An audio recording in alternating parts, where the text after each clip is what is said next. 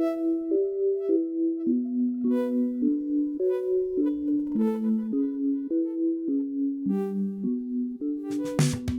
are back with another episode of the Think Deeper podcasts. I'm one of your hosts, Will Harrop, joined by Jack and Joe Wilkie. And we have an important piece of news to share with everybody. Joe is now an official member of the Owning a Copy of Church Reset book club. So congratulations, Joe. We have been giving him some grief. We've been giving him some grief the last few weeks when we've been doing this Church Reset series, simply because he could not seem to find a copy of Church Reset on his shelf and made the mistake of telling us that. And so we've been giving him the business for it. But Joe, tell us what you received in the mail over the past week. Yeah, shout out to, I believe, Tracy is when we, I think she wanted to be anonymous, but when we clicked to thank her, the name Tracy popped up. So I believe I know who this is, but thank you, Tracy, for the book. If it was somebody not named Tracy, then I apologize, but I'm pretty sure it was her.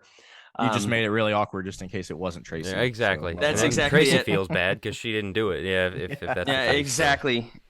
But either way, thank you for that, and I'm sure now that you bought me one, I will find my copy in 2 days, because that's always how it works. But I'm sure. I'm very grateful. I'm the proud copy that you had for sure. Of course. Yeah. We believe but I am you. a proud new owner of a decent book. It's okay. Now you should read it. Reset.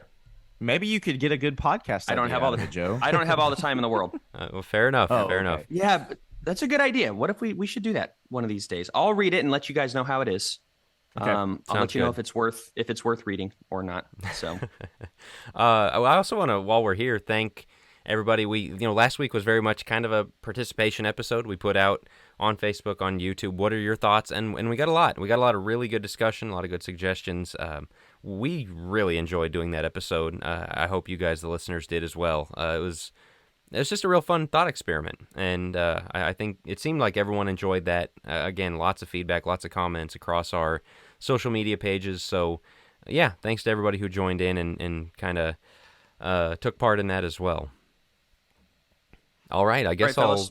I was going to say, I think you're leading this, so I'll kick it to you. Yeah, we're going to base this off a sermon I did here recently, so I'll get us started. This week we're going to get into a word that really has, I guess, driven Focus Press from day one, really, what we've done at Focus Press, and that is the idea of worldview and creating a Christian worldview. And it's really your philosophy, your approach to everything in life. And the opposite of the Christian worldview is there's a million opposite. There's a million ways you can not have a Christian worldview. There's only one way to have a Christian worldview, and that's that God governs the way you see everything, the way you process everything. And it's essentially the commitment that says, if God has said something about this, I'm going to do it his way. I'm going to understand it the way he teaches me to understand it about every facet of life. I think maybe the driving Christian worldview verse is Romans 12:1-2, right? About not being conformed to this world, being transformed by the renewing of our minds, and our minds being set on the things that are above. And 2 Corinthians 10:5, taking every thought captive to the obedience of Christ. But the way that manifests itself is in the practical, is in the everyday, because we have this word, compartmentalization, that you leave your Christianity in the church building, right?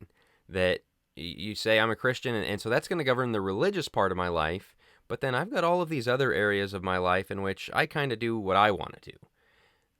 When you sign up as a Christian at your baptism, you sign your name, your life over to Christ, you're giving him permission. Not permission, you're giving him control over everything in your life, and what he wants you to do is what's going to go. And so we're going to use kind of a gimmick of sorts, I guess, for this one. I preached on this. I think Joe's preached on it because he stole it from me. And then made it better. Made it better. Yeah, you can't expect Joe to do the heavy lifting. So what I called the sermon was Check Your Pockets. And really the concept is everything on you illustrates an area of your life in which God has control. And so I guess the only way to really explain that or to show what I mean is to go into it. And so we've got a list of 8 things we're going to say that on your person right now, in your pockets, things that you're wearing, that they show the lordship of Christ in your life. And so one of you guys jump in, take us on to number 1 here, and because I've been talking too much already. Will, go ahead and take us on to the first one here. So the first thing would be your keys, right? Most people carry their keys in their pocket. If you're a lady, maybe in your purse or whatever it is, but you keep it on your person, right? That's not something you just leave laying around. So your keys, you think about your keys. What do you use your keys for? Use them to go driving, to go places, right? And so it's this idea of going. And going is something that we talked about 2 or 3 weeks ago when we were considering the Great Commission. So that's the first thing that we have to consider. Matthew 20:18-20. When Jesus tells his disciples to make disciples, what's the first thing he says? He says, go. Go, therefore, as you are going, is the way that it reads in the Greek. And so that's the first question that we have to ask ourselves about, are we truly viewing things from a Christian perspective, from a Christian worldview? Are you taking the gospel with you as you go, where you're going? Does your life reflect Christ where you're going? When you're out to eat at a restaurant, are you reflecting Christ? When you are, maybe, again, just away from the church building, are you reflecting Christ? So then that's the first part of it. But then the other side of it is, we have where you go, but what about where you don't go? Psalm 1 verse, the first psalm is just a fantastic place to go whenever you're considering, okay, where do I need to stay away from? What are the things that I need to be doing, not doing? Most people are familiar with it. Blessed is the man who walks not in the counsel of the ungodly, nor stands in the paths of sinners, nor sits in the seat of the scornful. It's so interesting there that you get 3 different verbs. You get walks, stands, sits. Basically, his point is you don't need to be doing any of those things with people who don't share your worldview, who are not who are ungodly. He uses, again, 3 different verbs. He also uses 3 different ways to describe those who are not faithful to God. He says ungodly, sinners, and scornful. Those are the types of people that we need to be avoiding, the types of situations that we need to be avoiding. And so you think about your keys, you think about where you go, where you don't go. This is the first step, where the first application point, I guess, that we have when we're talking about having a Christian worldview. Where are you taking your faith, and where are you making sure that you are, whether it be the people that you associate with, the activities, the things, the places that you're not supposed to go, does that align with a Christian worldview? Guys, you have anything to add to that? I don't know. Yeah, I think you said it really, really well. I think there's an aspect to this where it's really easy to stay to ourselves, to keep to ourselves. You think about this from a physical standpoint of taking our keys and going places. Look, gas is really expensive right now. It's very easy to stay at home and just to not go anywhere. Well, I think it's very easy spiritually to allow things like that, not gas prices per se, but to allow things to get in our way that keep us from really going. But on the flip side, there's an aspect where you feel like all of us are going somewhere. We're either going down the wrong path or going down the right path. There really is no such thing as standing still in the Christian life. You're either moving away from God, taking your keys and moving away from God, or you're moving toward Him. And so as we think about that, of the keys that you have, obviously the car key being the main one, you think about, okay, where are you headed? And then you think about the other keys on your keychain. Maybe you have one for home. Do you know where home is? And obviously that should be the church for Christians, right? It should be, hey, we're taking this key, we're going home.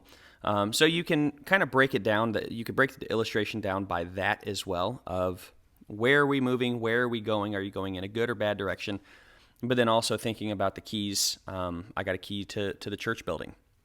Am I using my keys to head to the church building? I got a key to the house. I got a key to the car. I got a key to maybe mom and dad's house, to family, right? And so where we have our keys, are we using them for the right things, right? Or do we find ourselves having a key to bad things, to places we shouldn't be going? So I guess that'd kind of be the other point of the illustration in saying, hey, as far as it goes with a worldview, where you go really does matter. I think we started with this one because I think it's important just to recognize, once again, we're all going somewhere, but we just have to take into account where we're going. Well, there's that balance of taking the gospel to people that you hear people a lot these days say, well, Jesus hung out with sinners. And usually when they say that, they're kind of justifying, a lot of times people are justifying being in places maybe they shouldn't be. There are places you should not go. To Will's point about Psalm 1, you shouldn't be at the gentleman's club. Shouldn't be hanging out at the bar and with all the patrons there getting hammered with them. There's just places Christians shouldn't go.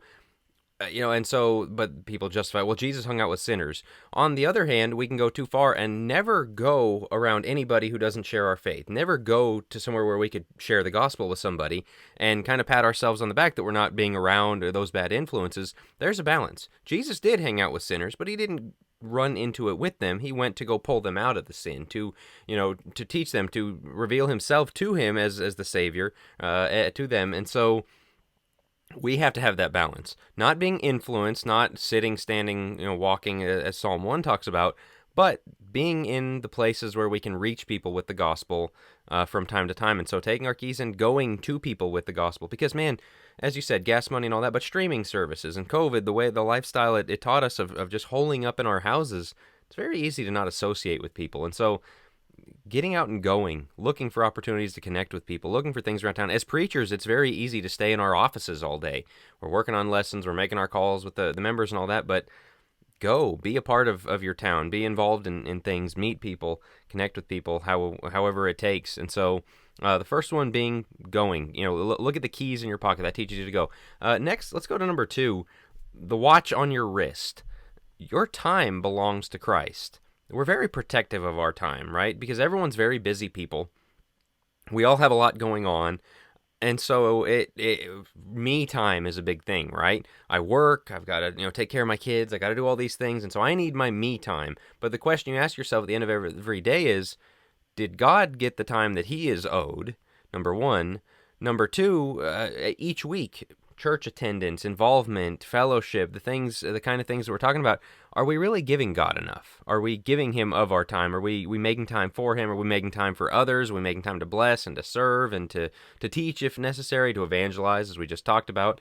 Man, it's so easy to be protective of our time and selfish maybe a little bit with our time. And this one is tough because you think about the way that most people prioritize their time, right? Most people, work is the number one. That's the number one thing that they have to devote their time to. That takes up 40, 50, 60 hours, however many hours people work. That's a big one. Then you have family time, which is, again, incredibly important. If you've got a faithful Christian man, woman that are taking care of their family, that takes more than just an hour or 2 a day, right? That takes time. So after those two things, for a lot of people, those things are very mentally draining. And so on the one hand, it does, you sympathize with the people that, look, it's late in the day, I've devoted my time to my work, I've devoted my time to my family, I just need that me time, right, that Jack just talked about, or that veg time. On the other hand, you think about those handy-dandy things that we've talked about with iPhones now, the screen time.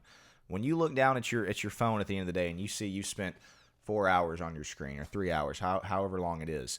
When you think about the sports that you found time to watch, you think about the television, the TV, Netflix shows you found time to watch. You think about all these things, the sporting events that we have time to take our kids to. It really does come down to, at what point are you going to prioritize, I need to spend this amount of time with God. I need to spend this amount of time in God's Word. I need to spend this amount of time in prayer to Him. And we don't want to get into the attitude of, well, let me box check my time with God today so that I can be done with it for the day. That's not it at all. But I've used this illustration before. If there's 168 hours that we have in a week, and 56 of them or so are spent sleeping, 40 of them or so are spent working, that leaves a roughly 72 hours that we could, of what we have to spend our time, that we can choose to spend it however we want. Some of that needs to be tied up in family. Some of that needs to be tied up in other things. But 72 hours is a lot of time. What we see with people far too often is they'll spend 3-4 hours a week devoting that to God, and usually that's done in the church building. What we're talking about here, Joe, I'll hand it off to you, is when you're considering the time that you have as a Christian with your Christian worldview, how much time of those 72 available hours for the week are you devoting to God, devoting to spending time with God? That's the question that we, again, not to get into the habit of box checking, but how much time are you actually devoting to God? You told me that number the other day when we were driving in the car. Like, there's 168 hours in the week. Like, yeah, I know. And then, of course, 8 hours of sleep. Yeah, 56. Okay, yeah, I know. And when you broke it down for me, it's like, okay, I work a little bit more. Let's say I work 60 hours in the week, right? 52. Down to 52 hours. That's still a ton of time. And then I got to thinking, like, man, what do I do at that time? Obviously hit the gym. Gotta pump the weights. You maybe take some naps. Some of it's commute time. Some of it's commute time. Yeah. Hit the naps occasionally, whatever it is, if you're tired. And then social media time. Like you start realizing, man, how much time did I actually spend in prayer? And if you've ever prayed for long periods of time, you realize like 30 minutes is a long prayer. But I have 56 hours or whatever it is, 52 hours left in my week. I could do that every single day, multiple times a day, and still have tons of time left over if I was really in that relationship. And so it's just the idea of like recognizing we have way more time than we think we do. I realize there's a ton of different stuff. Let's, just be crazy about it and take off another 32. You still have 20 hours in the week. What are you doing with? Psalm 90, verse 12 says, "So teach us to number our days that we may present to you a heart of wisdom." There is wisdom in that, in recognizing the time that we have. We all think that we're going to live forever. Look, our days are numbered. We know James talks about in James 4, verse 14, I want to say, about us being a vapor, right? Our life is a vapor. We are here for a brief time before we vanish away. Understanding the time that we have been given, first off, it's a gift. And second off, it is it's finite. And it's way more finite than we want to give it credit for. So think about that. From a worldview perspective, what are you doing with your time? Does Christ own your time? Because and one of the ways that to make it practical, how much time do you spend with your brothers and sisters in Christ during the week? And this steps on my toes as well. It is so easy to, I'm just so busy. I just don't have any time. I don't have any time to go pray with so-and-so. I don't have any time to go to that Saturday morning Bible study. I don't have any time to invite people over to my house on a Thursday night. I'm so busy. Well, who owns your time and what are you doing with it? And if you have to say no to work or say no to something else so as to make time, Christ owns your time. What would he want you to do with that time? Make a few extra bucks. And again, I'm stepping on my toes. Make a few extra bucks or get together with the saints in fellowship and grow as brothers and sisters in Christ together. Sorry, I know we need to move on. Jack, I'll hand it back to you here in a second. But we talked about this when we were talking about spending time with our church family 1 or 2 episodes ago. You got a family, an immediate family that you spend 4 hours out of a week with. How close are you going to be as a family? How well is that family going to function? Not hardly at all. Exact same thing with our church family. If we're spending 3 hours a week together, we can't expect to be close. We can't expect to truly be a family. We're a family in name only. And so that is a question that each one of us have to answer for ourselves. How much time are we willing to devote to, again, maybe putting aside the sporting events, maybe putting aside the me time and actually being diligent enough to try to spend that time with our church family? I think Jesus is our example before we move on. Jesus, he would wake up earlier. He'd stay up all night to pray when it needed to be done. There were times where he was at the end of the day and it was time for him to rest, and he saw the people and he had compassion on them. He said, I'm going to do good to them, or I need to teach these people something. There were other times where, even with the apostles, he said, let's get away from the crowds and rest. It's time for rest. It's time for those he was closest with. Mary and Martha, he was sitting down to have a meal with them, things like that. Managing your time the way Jesus did. It's that idea of this belongs to the Father. I'm going to use it to his good, and sometimes that means resting. Sometimes that means family time. Sometimes that means fellowship. Sometimes that means going to serve somebody and help them out in whatever way I can. And so rather than the box checking, I went to church this week, you got my time, that's enough. Because as church leaders, a lot of times we say, well, we just can't ask more than 3 or 4 hours a week from people. You can't run people into the ground. On the other hand, we need people who are committed and say, you know what, I've got time to give. I'm going to step up when the opportunity's there. So let's go on to, we're going to mention one and then move on because we did a whole episode on it. Your clothing. Your clothing, as you look at yourself and what you're wearing right now, modesty, flashiness, not drawing attention to yourself, that's a way in which you serve God. That belongs to you. And there's so much debate, there's so much, it's the man's job not to look, and I get to wear whatever I want, and no, your clothing belongs to God. And so, again, we did a whole episode on that. Go back on our Think Deeper podcast feed. What was it, about 2 months ago? So 7 or 8 episodes back. It's important is the only thing I would say, and then we need to move on. It's not something that we can just, that doesn't really matter, or, it doesn't really matter what I wear, the things that I, put on my body. It does. It really does matter. And again, we're not going to get into it because we had a whole episode on it, but I want to encourage people not to just brush it aside in the sense that, again, that's not really that big of a deal, because it is to God. I will make one quick point, because I was recently given a long document from a gentleman that I thought was actually really, really good. He said, man, hopefully you can use this. And the way he defined modesty was something different than I had thought about. Instead of just the clothing you wore, he talked about how the areas that our eyes are drawn to are areas of life. And so you think on a woman, the areas of life where men might be looking, and same for a man, and how lines and such that are basically that draw attention to those areas create immodesty, because that's not ours. And I thought that was a really interesting thing. And so when you put on clothes, just be mindful of the fact that, first off, God owns those areas of life. Second off, are you wearing things that are drawing people's attention to the areas of life, which I don't think we need to fully outline on this podcast what those are. I think people understand what that is. But are you wearing things that are drawing attention to those areas, or that are taking attention away from that and just bringing attention to the face and things like that? So I think it was pretty, the way he did it was a long document, and I thought it was really well done. But the way that he presented it made a lot of sense. So we'll just say that. But just be thinking about that. And that's what I was going to say to wrap up the watch point, is like, same thing with the keys. Next time you grab your keys, think about where you're going, spiritually. Next time you put your watch on, think about how God owns your time.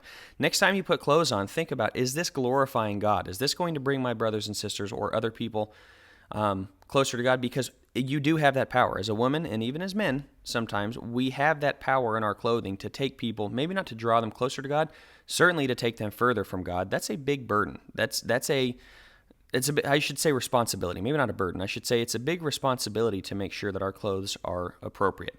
Number 4, we want to get into is wedding ring. And I got this nice black silicone wedding ring. You guys wear metal, don't you, still? Dude, you got to get into the silicone, like this rubber. This is so nice. It's crazy. I spent like $1,500 on this thing, so I don't really want to swap it out for a piece of rubber. I know it's how much crazy on your ring? Okay, probably $1,500 for the wedding band, for mine plus Rachel's. I'm pretty sure. You know how much Alyssa spent on my wedding first band. one? You know how much Alyssa spent on my first one? For my metal one, $12. How much? And okay. I was fine with it. Man, I was fine with it. You know how much this one is? No wonder you'd be fine to swap it out for a silicone one. Sorry. Yeah. Well, hey, this one's $4. And the nice thing about these is I was able to put all my money into her wedding ring, because that's the only one that actually matters. Yeah, see, I did that people too, look at. So. Well, yeah. Hey, Mr. Moneybags, maybe you could. Oh, okay. Hey, we're getting to the wallet next, so maybe you can. I just value my marriage on a high level. So. Oh, that is. I think that is so nice. I value looking good, and my black wedding ring looks pretty slick, and it stands out. Okay. It stands out more than yours, actually. So hey, how about that? Anyway, I digress. When you put on your wedding ring, hopefully, mine stays on all the time. I never have need to take it off because it doesn't swell. You know how it is, gentlemen. When you get the silicone, it's pretty nice. I never have reason to take mine off, and the wedding ring is important, and it points obviously to marriage. So you go back to Genesis 1:27 and 28, when God is instituting marriage, and Adam talks about flesh of my flesh, bone of my bone, right? And the beauty, the simplicity, but also the complexity in that. It's such a simple thing of Adam basically being put under, and having the rib take from him, and then he just recognizes, he calls it what it is. Hey, she was taken out of my side, right? And as we often talk about, wasn't taken from Adam's head, so she didn't roll over, and wasn't taken from the heel, so he didn't step on her, right? It's taken from the side, and together they're equals. Now, we understand there's hierarchy in the relationship. The man is, and we see this right after in the fall, that the man is to be the head. We're not going to get into that per se.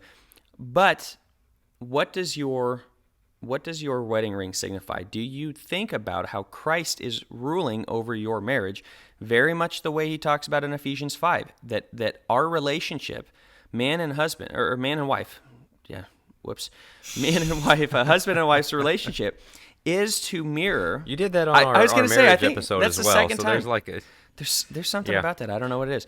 But that's part of the thing as well, is we've got all this confusion around marriage in our culture. Well, Christ is Lord over that. And you've got Christians, even churchgoers, who say, if whatever people want to do, that's fine. In fact, the Gospel Coalition, a big online article, blog, video, podcasting site, had an article that kind of created an uproar a few weeks ago about what should you do, about your coworkers or neighbors or whatever, and if they invite you to their gay wedding or things like that. And they were saying, well, okay, you don't need to go along or celebrate it, but you do have to acknowledge, that they have the legal right to get married. Like, yeah, legally the government gave them that right, but they're not married under the eyes of Christ. And so he governs that. He defines what marriage is, which is one man, one woman for life. And he's given the rules around divorce, remarriage, all those things that we talk about. He's in charge of that. And it doesn't matter how much it hurts our feelings when he says you can't marry that person, you don't get divorced and stay faithful to that person. You can't marry another man. A woman can't marry another woman. And man, people bristle against this stuff. They push back against this stuff. But Jesus is Lord of that. He's Lord of the institution of marriage, and then he's the Lord of individual marriages, as we're talking about as well. He tells each husband, this is how you treat your wife. And we've talked about before, Ephesians 5 is very much emphasized. It talks about both, but the emphasis is on husbands. Lay down your lives for your wives. As Christ died for the church, you've got to be willing to do that for your life and get yourself out of the way and not be selfish in your marriage. 1 Peter 3 comes back, and it's more on the wives of submission, and even when it's difficult, they maybe you're going to win them over by your quiet submissiveness. And so when we say words like submit, yeah, boy, that's a hot topic. We don't want people get mad about that, and there's this egalitarianism that says we need to submit to each other, and there's no hierarchy, as Joe mentioned. There is. Jesus is Lord of this. He gets to decide this, and I think what we as relativists in our culture today think is you just got to do what works for you. You as a couple figure out, get into your own groove of your relationship and just do what works for you. There's room for personalities and stuff like that, but down to the structure of marriage, he's Lord of that. And so the Christian worldview says, God said it, I got to do it. I got to view my marriage through Jesus's lenses. It's these glasses with which you view the world through the Bible first of all. And part of that, another angle of that is, from a Christian worldview, understand not just, our society doesn't just have a messed up view of who gets married, talking about men and men, women and women. Even among heterosexual marriages, our society really denigrates this idea of marriage. And it's sad to me that many times Christians can kind of join in with that. The jokes about their spouse, or the seemingly harmless Facebook memes or Facebook jokes about how much their spouse is just driving them nuts. And I'm not trying to put an embargo on jokes or anything like that, but at the same time, part of this Christian worldview is understanding that we have to view marriage, we have to view our marriages as Christians in a much higher way than the world does, in a much more sacred way than society does. And this constant, disparaging of marriage and, trying to put down your spouse so that you can be cool with the guys or something like that. It's not the way that Christ has us view our marriages. And for us as husbands especially, we have to make sure that we understand we have a responsibility to put work into our marriage, to put time into our marriage. That wedding ring that we're talking about that's on our fingers should be a constant reminder that not only are we to control our lustful thoughts, and we're, Matthew 5, and Jesus says, hey, look, just because you're not physically committing the act of adultery doesn't mean that you're guiltless when it comes to that. So we have to keep that in mind. But also, again, this idea of, putting work into your spouse, the idea of building her up, washing her, Jack brought up Ephesians 5, cleansing her, washing her with the water of the word. It's one thing to physically, take care of your wife when it comes to providing for her, providing a home, that kind of thing. But are you spiritually taking care of her? And I'm talking just to the husbands right now, just because we're three guys here. But I think that's something big when we're talking about a Christian worldview, talking about this wedding ring. That's something else that we certainly have to keep in mind. It goes much, much deeper than just the physical aspects. And I'll tell you where this is really seen with this, what glasses you have on, Christ glasses. Here's the other glasses a lot of people have on in the church. They got the therapy glasses on. You don't understand. My husband's toxic. My husband's emotionally abusive. Well, you don't understand. My wife is, maybe she's not emotionally present for me. She's not physically, but the main one for husbands, right? She's not physically present for me. And so what we do is we kind of take the therapy approach, which is, oh, well, you just either need to leave him or whatever it is. Look, I'm a therapist. I understand where these things come from. I understand the thoughts behind the toxic relationships and such. I understand emotional abuse is a huge deal. Nobody needs to let me know how big of a deal it is, okay? I get it. But I also read 1 Peter 3 and know Scripture stands above. Wives are to be submissive to their own husbands, even those who are disobedient to the word, even those who aren't easy to get along with. I know husbands are to live with their wives in an understanding way. They need to understand that their wife is the delicate part of this relationship, and live accordingly. Understand and structure his life accordingly. We need to stop looking at it from a therapy point of view of, well, we just need to do what makes us happy. You know what? You need to do what makes God happy. And what makes God happy is pursuing the best in your marriage. Pursuing your spouse's faithfulness to God in whatever way possible. If that's being submissive to him as a wife, then so be it. If that is helping and admonishing and encouraging your wife out of whatever she's dealing with, if that's even getting into therapy so as to help your wife, so as to help your relationship to make it better, that's what we're called to do. Marriage is so important. This wedding ring signifies more than just the old ball and chain. I hate that. It signifies the beauty, something that the first institution that God created on planet Earth was marriage. The way that God got over the very first thing that was not good, which is for man to be alone, was marriage. This is a big deal, people. Please take it seriously. Please recognize there's so many things that come along with this in terms of viewing it through God's lens. We don't see a ton of happy marriages, happy families in the Bible, sadly.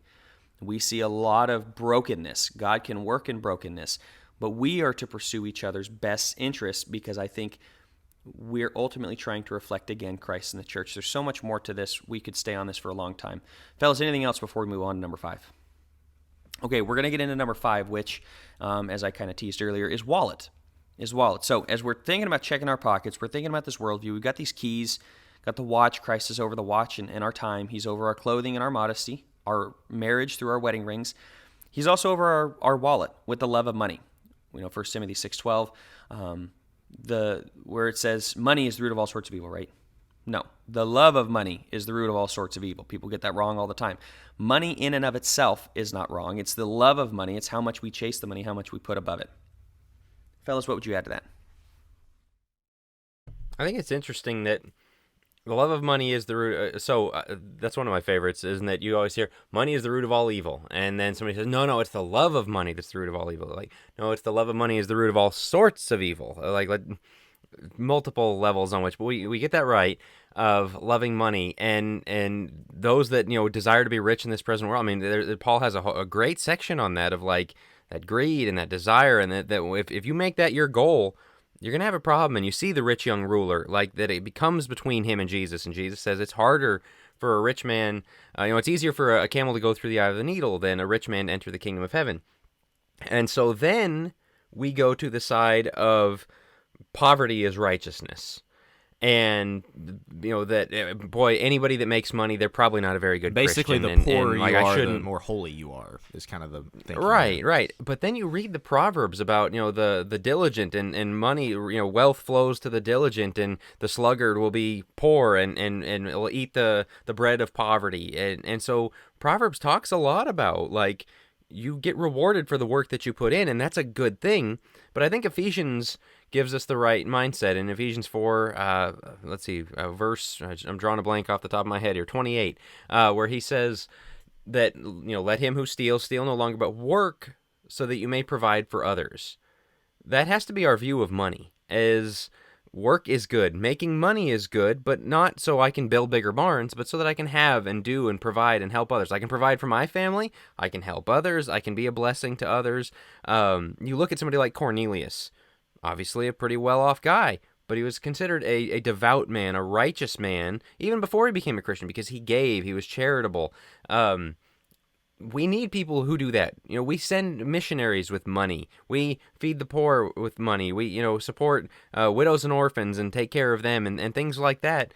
So this idea that money is evil is wrong, but so there's a balance here. You don't want to love money and be greedy, but you also want to realize I can make money and do good with it, and God blesses that. And so having the biblical view of money is where this Christian worldview comes in, is what does God think about money? I preached on Job last week, and Job is obviously a book that you can just learn so many lessons from. But it's interesting the way that the first 5 verses of chapter 1, he is set up as, and in verse 1, he's described as blameless and upright, one who feared God and shunned evil, right? Just a really, really upstanding guy, just an awesome guy. In fact, when Satan, again, most people know the story, when Satan comes before God, God points to Job and says, have you considered my servant Job?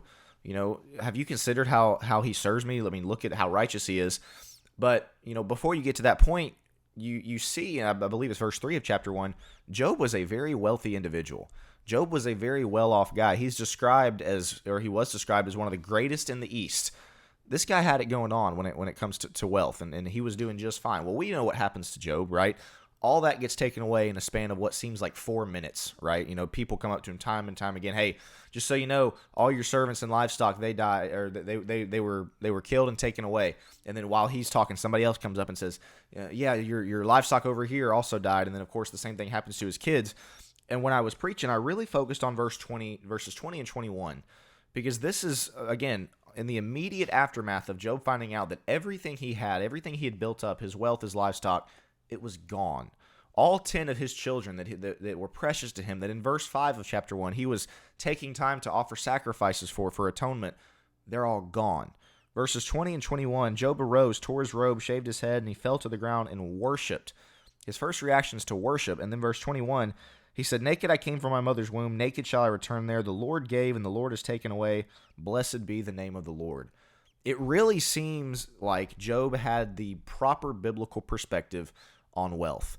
Job understood we enter this life and we leave this life in the same place. We leave it penniless, with nothing to our name. No matter how many times people think that they can, work their way up to retirement and save all that money. Look, when you die, you're going to be in the exact same place as you were when you were born. He understood that. He also, when he says the Lord gave, the Lord has taken away, Jack, I think you brought up before this idea of an open hand policy when it comes to your wealth. Job understood that. Job understood, yes, it's God who blesses me with these things, but at the same time, it's God who can take these things away. And then he says, blessed be the name of the Lord. Job understood the proper biblical perspective on wealth. And when we're talking about our wallet in this Christian worldview, that's a big one that a lot of Christians miss when it comes to the love of money, when it comes to, again, having that open hand policy, being generous, being benevolent. That's something that's expected of somebody with a Christian worldview. 2 Corinthians 9 is where we usually go, right, for God loves a cheerful giver. We see that right in verse 7. Each one must do just as he has purposed in his heart, not grudgingly or under compulsion, for God loves a cheerful giver. But notice the next few verses. And God is able to make all grace abound to you, so that always having all sufficiency in everything, you may have an abundance for every good deed. As it is written, he scattered abroad, he gave to the poor, his righteousness endures forever. Now he who supplies seed to the sower and bread for food will supply and multiply your seed for sowing and increase the harvest of your righteousness. You will be enriched in everything for all liberality, which through us is producing thanksgiving to God. What do we see there? First off, you cannot outgive God. Second off, it's very much to the principle you're talking about. God's giving you all of that money to give, for these good deeds that you're giving to. So in the context of 2 Corinthians, of course, they're giving back to the saints of Jerusalem with the earthquake, and there's a background, a historical background there. But the point that he's making is, hey, any good that you do through your money, God has already blessed you bountifully for that. He has given you money for these good deeds, and he'll always give more. You cannot outgive God. So God loves a cheerful giver, and part of the giving back to God, part of using our money for him, is God asks us to do it not because God's greedy. It's his money anyway. And it's also a joyful aspect of giving thanks to God. It's a worship. It's this a heart that says, whoa, I have been blessed amazingly, therefore I give to God. He doesn't want us to miss out on that, to miss out on a great opportunity to give to him, and to give thanks to him, and to worship and to glorify him. Like, that's another great way to be able to do it. So when it comes to the Christian worldview with our money, with our wallet, just think about the next time you open your wallet. God, first off, owns everything. Second off, it's not that we can't go out to McDonald's or can't go to DQ and get a Blizzard from time to time and never have anything fun because it's all going to somebody else. It's just the idea that, God is over this. What am I doing with it? And am I so greedy that I'm not allowing for him to work in my life in this way? Jack, go ahead and take us on to number 6. Yeah, this will be another one we do kind of briefly because we have done episodes a little bit on this. And that's when you, again, checking your pocket, your driver's license, your government identification.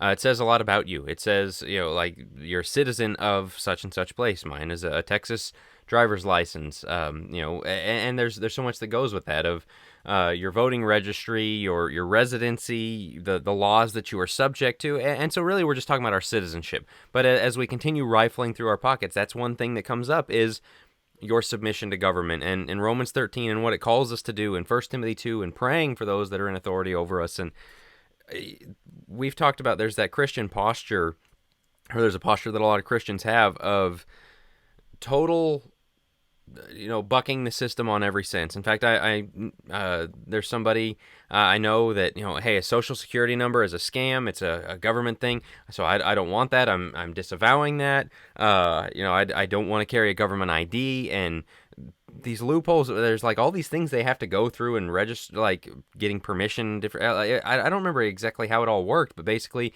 I don't have to do any of that. Well, on the one hand, the idea that Romans 13 means we submit to the government no matter what, that's not true. That's not right. Or only when the government tells us that we have to sin, then we can... No, there's more nuance than that. But this other side of I don't have to do anything they say, that's not true. There are laws and things that we have to operate within, and trying to buck that authority is not from God. And so your citizenship belongs to God. And your voting, what you do in the voting booth, there's so much of it that is kind of emotion, feeling, what I want, what I like. It's submitted to God. What God wants is what drives your vote as well. And so, as I said, we've done a one on patriotism. We did one on politics and Christian nationalism early on in the year. Again, scroll back through your feed to catch that whole discussion. Let's move on to number 7, which is your business card.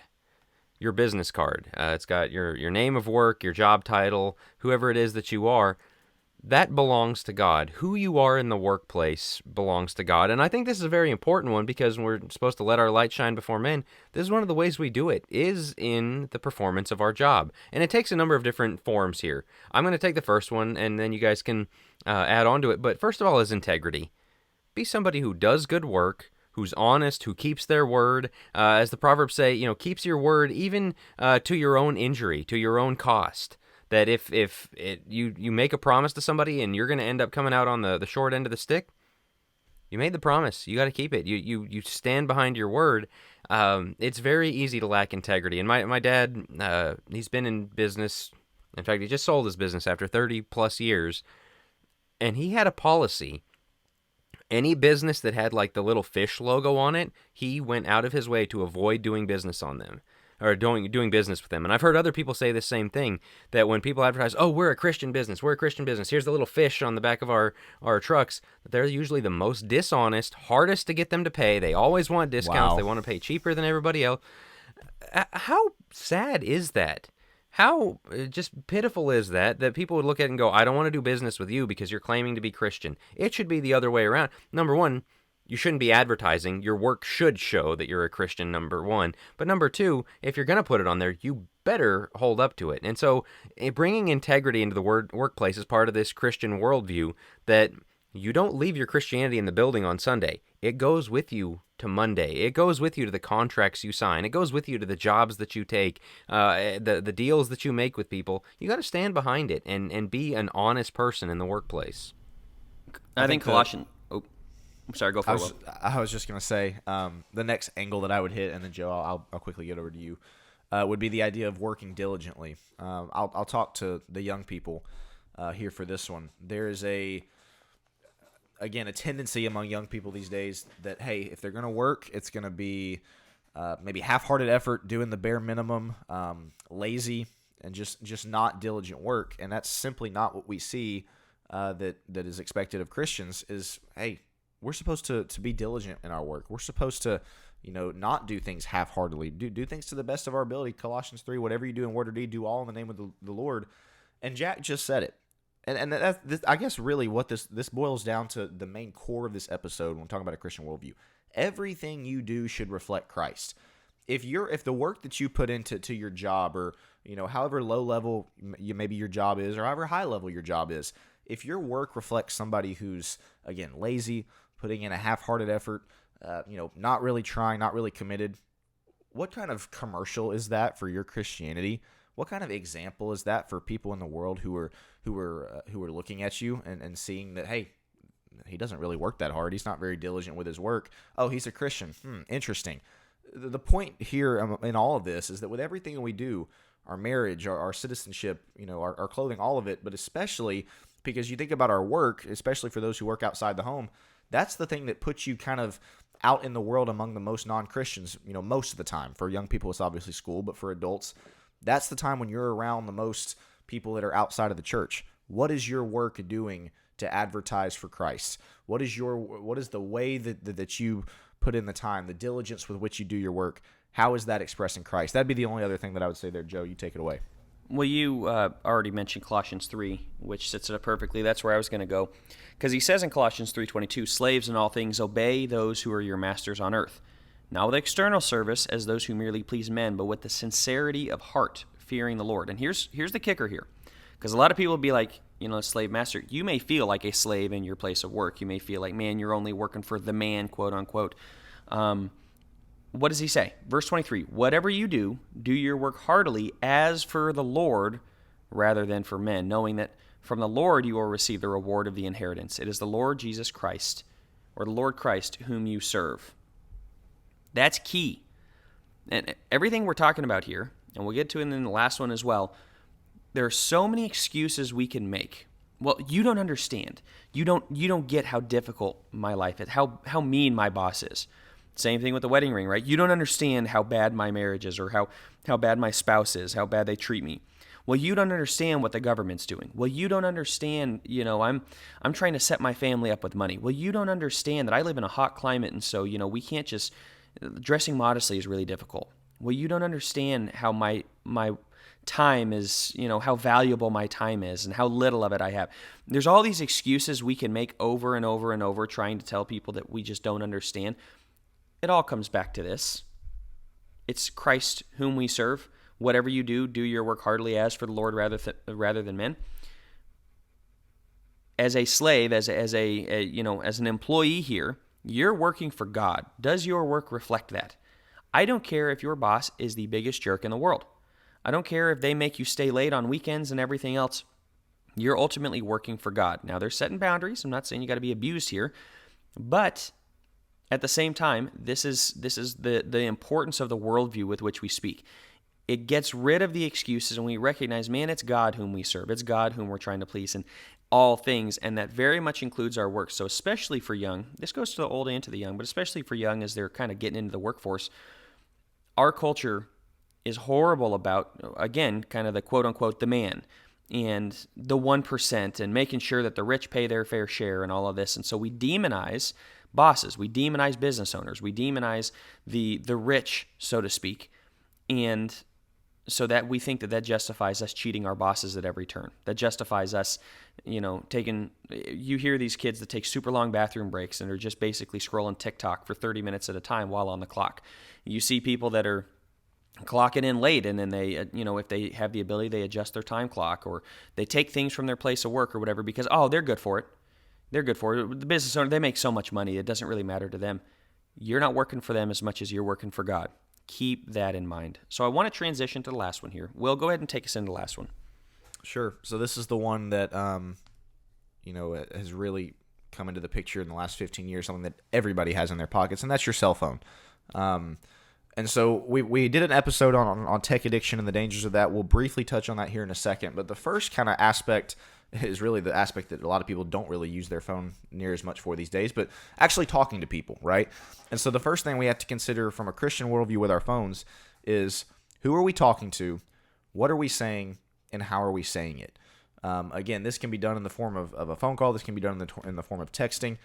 Who are you talking to? What are you saying? And how are you saying it? We've belabored the point before about how big of an issue gossip is in the church, about how harmful of an issue slander can be, again, even among Christians. And so that's something that we have to consider in our conversations, maybe with other Christians, in our conversations with other followers of Christ. What are you saying? Are you talking negatively about somebody? We just talked about kind of bucking authority. Are you bad-mouthing the elders of your congregation? Are you bad-mouthing your boss? Or are you, what are you saying? What's the content of what you're saying? And then again, how you're saying it is a huge part of this. James chapter 3 talks about the tongue.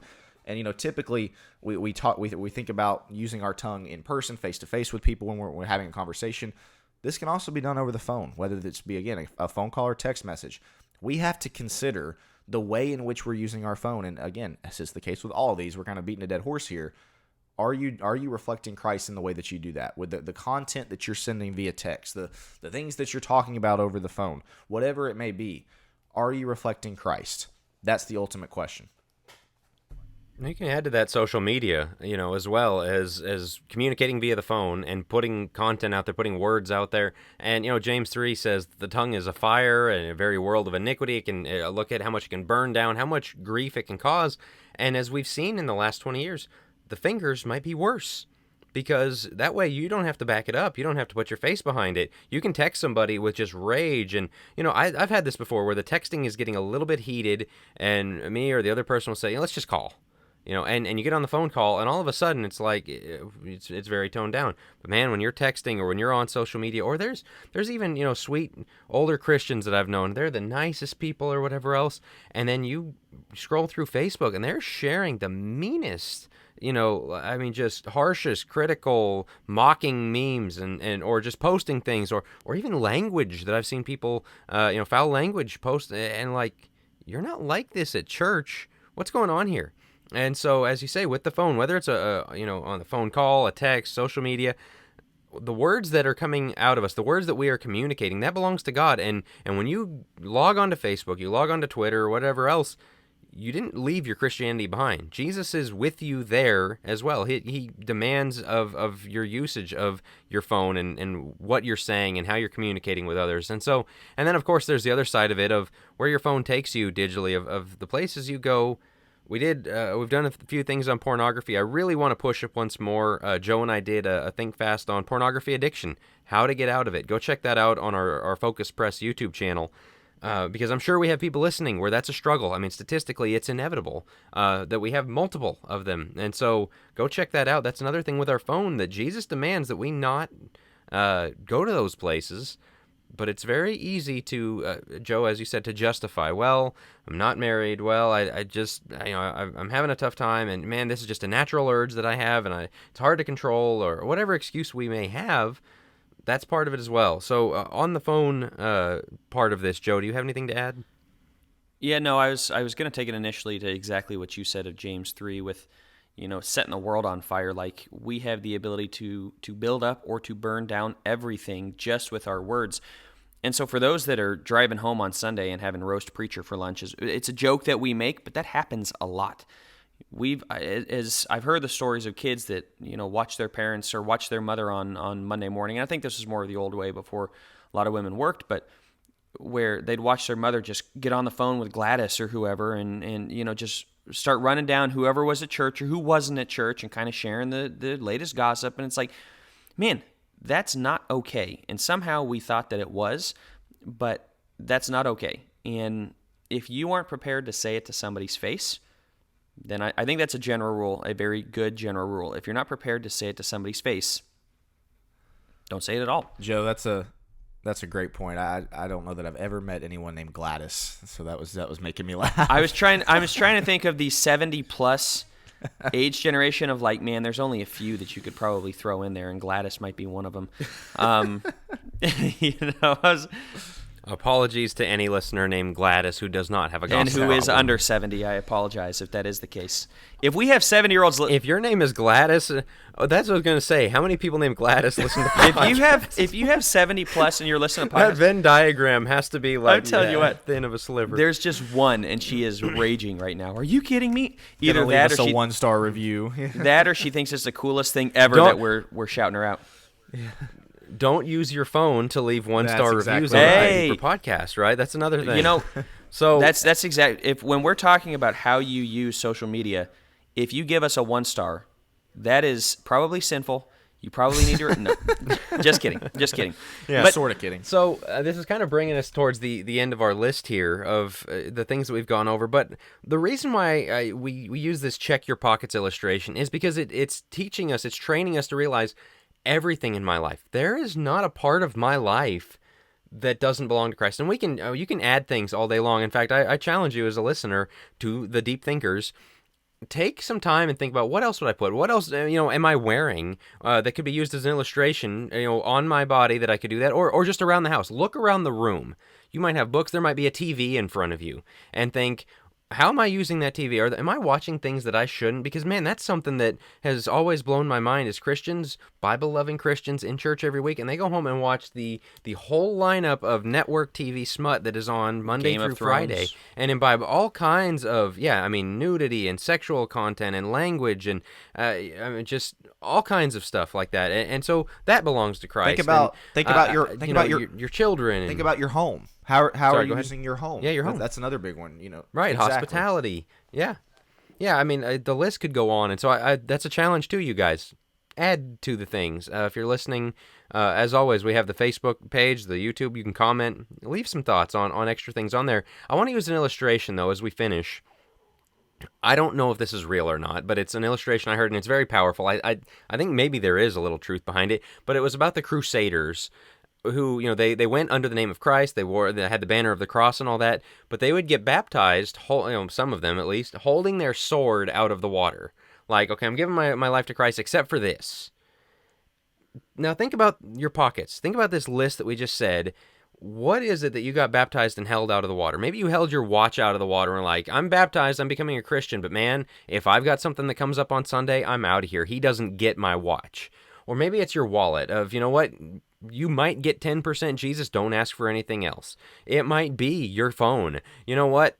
I'm going to be a Christian. I'm going to be here every single Sunday, every time the doors are open, but I am not going to stop, posting mean things or talking to people a certain way or gossiping or whatever else it may be. And again, everything that we've gone over here, your citizenship, your driver's license, your ID, you're holding that out and saying, I'm going to vote for who I want. I'm going to be involved how I want. Your wedding ring. I'm going to treat my wife, or I'm going to treat my husband the way I want. Any of these, you can say, you know what, I held that out of the water. If you did that, and you've realized out of this that I don't have a complete Christian worldview, I haven't viewed everything through the lens of Christ's rule, and I held something out of the water when I got baptized, you don't need to go get rebaptized. What you need to do is take that part of your life and metaphorically baptize it. You know what? My wallet does belong to Jesus. My wedding ring does belong to Jesus. My phone does belong to Jesus, and I need to start acting like it. And so... again, do you guys have anything to add before we finish here? I think that's a great illustration just because, again, when we become a Christian, we are to devote our entire lives to Christ. There is nothing that we should be holding out of that water. The one that you didn't hit, our clothing. There should never be a part of us that's like, look, I'll go with you all the way, but when you ask me to wear a certain type of clothes and look a little bit different in the world, sorry, I can't do that. Again, with all of these, we are supposed to devote our entire life to Christ. There is nothing that's literally Matthew 16, deny yourself, take up your cross, follow me. Every single one of those things. That doesn't leave any room for holding anything back, anything selfish, anything that we want to use for our own gain. Deny ourselves, take up our cross, and follow Christ. So that's a perfect illustration. Quick litmus test, as we wrap up. Where are you making excuses? I spoke on this a little bit before. Where are you making excuses? Take some time, sit in that for a second, and say, how am I, or where am I making excuses as to why I don't need to follow Scripture the way that everybody else tells me? That's a really good start. So if you say, well, you just don't understand about my time or whatever else, well, that's an excuse. I'm going to be doing the same thing. We're not perfect on these by any means. And so that's something that I want to challenge all our listeners to. So one more time, quick list. I'm going to go start to finish, and then I think we can wrap up unless you guys have anything else.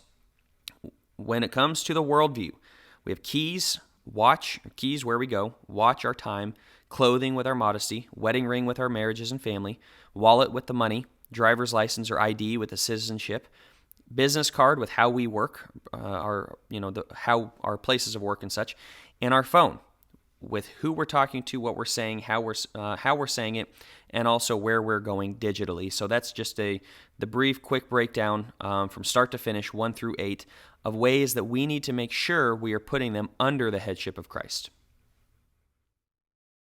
I'm going to finish with this quote, just briefly, leave you with this thought. It's from Abraham Kuyper. I think it sums up everything we've said here. There is not a square inch in the whole domain of our human existence over which Christ, who is sovereign over all, does not cry, mine. Every square inch of existence is his, should be submitted to his, especially the things under our control.